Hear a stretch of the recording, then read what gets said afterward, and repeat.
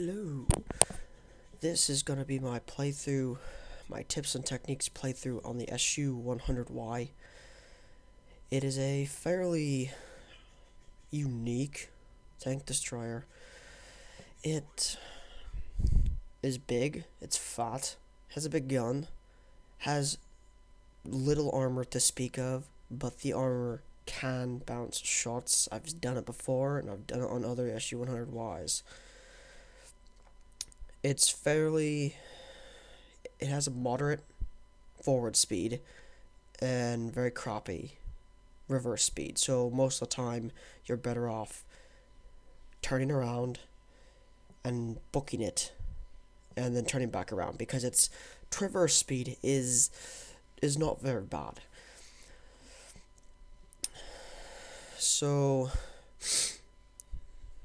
it is not that bad at hiding, though once you fire, if you're anywhere near the enemy, you will be spotted, because it's just too big to maintain a decent camo rating. It also, if you notice the map, it does not have a very good view range. It's quite bad for a tank destroyer. It's good for, like, say, a heavy tank, but it's bad for a tank destroyer. And so with the 100Y, one of the things you have to do is you have to constantly be looking at the map, which is why I've installed this right here. This allows me to quickly bring up and quickly take a peek at where the enemy is. Now, first thing I want you to notice is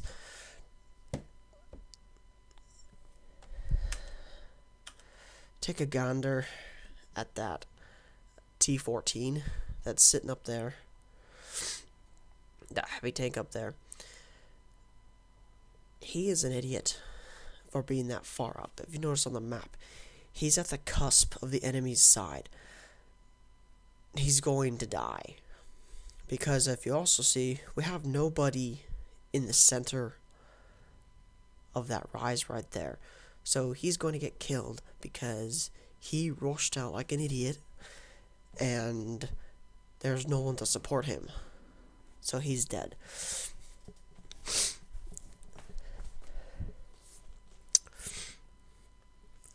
So one thing I noticed right away is the enemy have a tank destroyer right there. And if there's one tank destroyer on the C6 line, I know there's going to be other tank destroyers on the 5AB line and somewhere back there. So I know at least half their tank destroyers are going to be at that line. Which is why that moron Max can just fire shots like that and nobody's seen him yet, because there's nobody over there.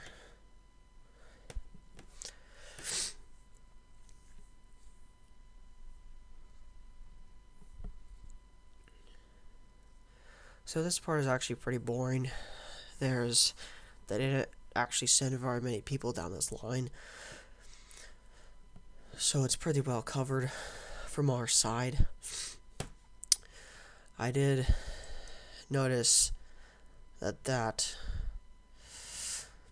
Chi-Ha was getting that Chi Nu was getting a little big for his britches. And see there, they've spotted all the tank destroyers, and all but one is on that ridge. So I know that when I move down this line, I only have to look at one tank.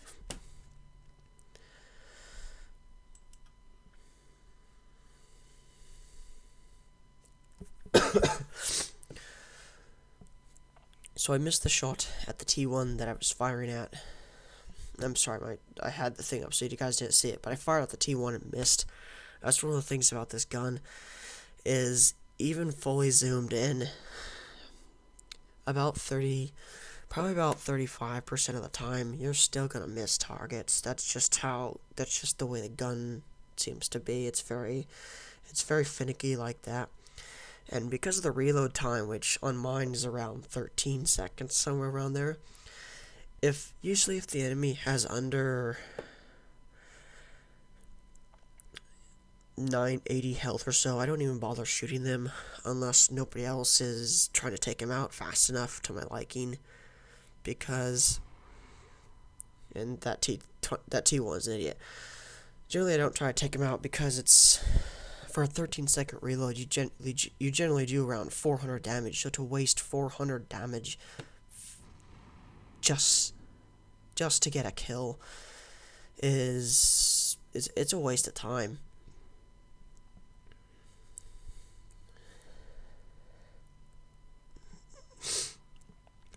So now, because I looked at the map, I know where their tank destroyers are. I know that I can safely move up because there's only one tank destroyer on that side, and it's a Hellcat. So I know he's going to be paying attention to the other tanks that are spotted and not looking down the line.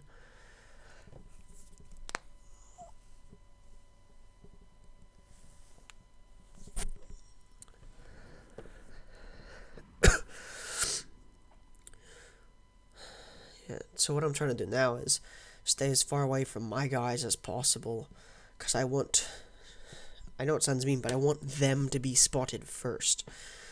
And since they seem to have a habit of just shooting and firing and moving and crap. But so we've lost everybody on that side, and I'm not really worried, because if they're all on that side, that means this side is scot-free. But our artillery is exposed, and so those tank destroyers should be falling back to support them, but it takes our artillery whining like a little baby to get them to move back, and they don't do any good anyway, because they both don't do very good. One of them dies, and the other one just fires off a few supporting shots. They're both martyrs, so they're not going to do very much damage. But I know the Hellcat is somewhere in front of me, and knowing a Hellcat, 95% of all Hellcat players are idiots, and they can't just sit and wait for a shot. Hellcats are fast, and because of that, most Hellcat players get the light tank syndrome, and they feel the need to just rush ahead and blunder into whatever the hell is sitting in the bushes. In this case, I'm the one sitting in the bushes, and when he rushes, he's not going to live to make that mistake again. But he does get low on his side. He's at 79%. So my shot should have one shot at him. But as you can see, I only did 414 damage. I should have easily killed him, but he also had no problem just ramming into my tank. Don't bother wasting a repair kit, because there's no point. And see, I repaired in plenty of time to avoid the arty shot. So my original plan was to go and hunt the arty, but then he appeared.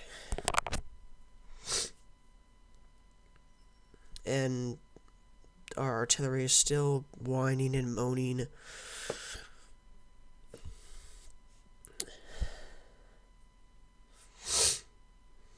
So their artillery made a pretty stupid move, and he's gonna pay the price quite shortly for it. But the one I'm interested in, so he does kill our arty, but the one I'm interested in is that other SU. He's at 65% health, so I will be able to one-shot him. And I know the other SU-100Y, so this is why I miss. I aim in halfway and fire, and it just barely misses. If I had waited another eighth of a second, it would have hit him, but I was trying to fire so I could reposition. But he missed too. And I kill him. But when I missed, if you notice, the reason why I was moving back and forth and wiggling was because of the way... Here, I'm going to pause this for a sec. The way the SU-100's gun is it bounces... It has a very good chance of bouncing off of angles. So when you fire at something, you want to try and fire at a flat spot. Don't shoot at angles, because usually at least 50% of the time it will bounce. And with a 13-second reload, especially if you're not in top tier like I am, if you're in tier 7 or something, the other tank will usually be able to kill you before you can reload. So point and shoot at a flat angle.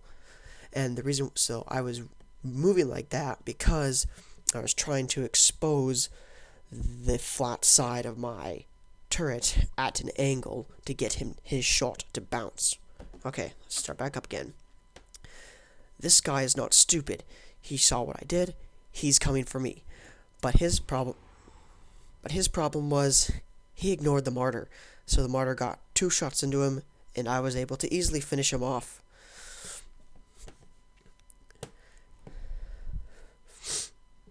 Excuse me.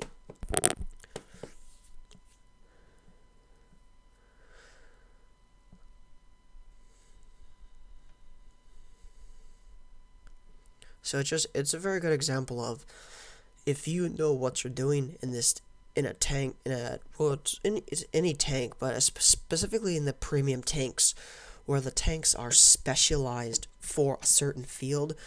If you know how to move your tank and how to shoot your tank and how to angle the tank and generally how to juke around, you will kill every other boob out there who just bought the tank because they thought it was cool.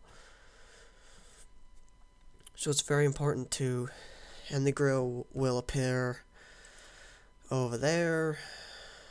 There he is. I shoot him,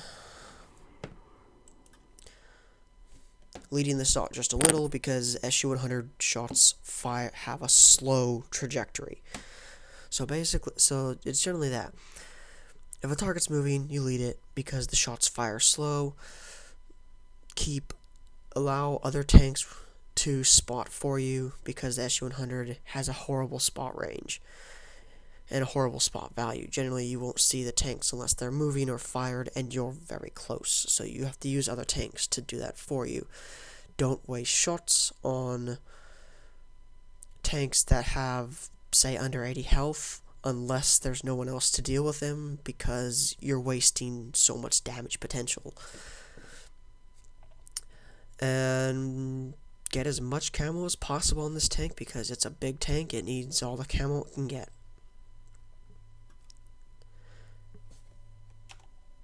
Have a good day.